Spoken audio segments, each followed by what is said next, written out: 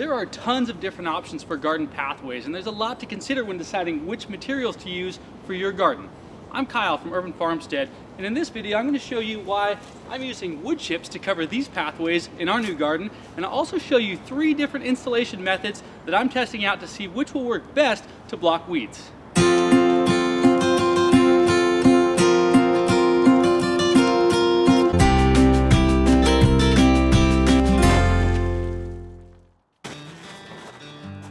I've used all sorts of different materials for garden pathways, from decomposed granite to flagstone to pebbles, and of course wood chips. And I've found that there's really no perfect garden pathway material, it just comes down to what's going to work best for your space.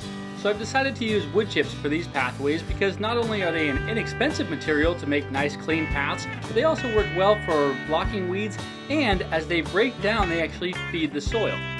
In the first row, I'm doing the most basic installation, which is just to add a 4 to 6 inch layer of wood chips right on top of the soil. For the next row, I'll start by cutting path-wide strips of recycled cardboard. I'll put down 2 full layers of cardboard directly on the soil.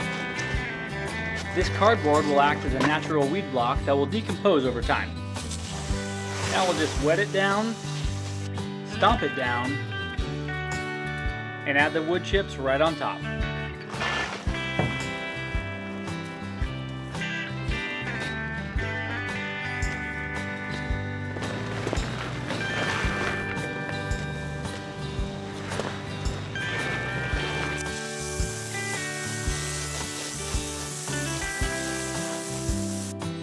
For this third row, I'll use a roll of manufactured weed block, also known as landscaping fabric, and I'll use it in the same way that I used the cardboard.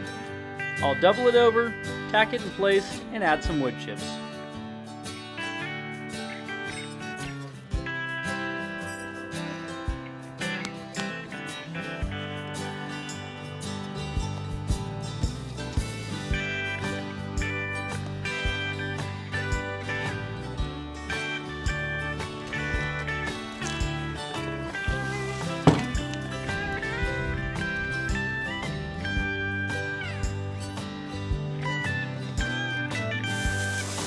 After each pathway was installed, I came back through and added another wheelbarrow of wood chips to each row.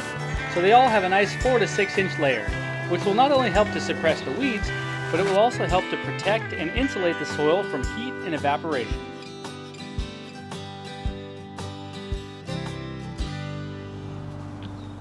Alright, the pathways are all finished, and even though this is one of the most basic and inexpensive options for garden pathways, I think they look pretty good. Now the true test will be to see which one of those 3 methods works best to block the weeds as the summer goes on. So I'll be doing a follow-up video to show the performance of each of those. So if you want to see that video and any of the other upcoming videos on how I'm creating our new urban farmstead, be sure to subscribe to this channel. If you enjoyed this video, give it a thumbs up, and if you have any other questions, be sure to comment below. Otherwise, I'll see you all next time.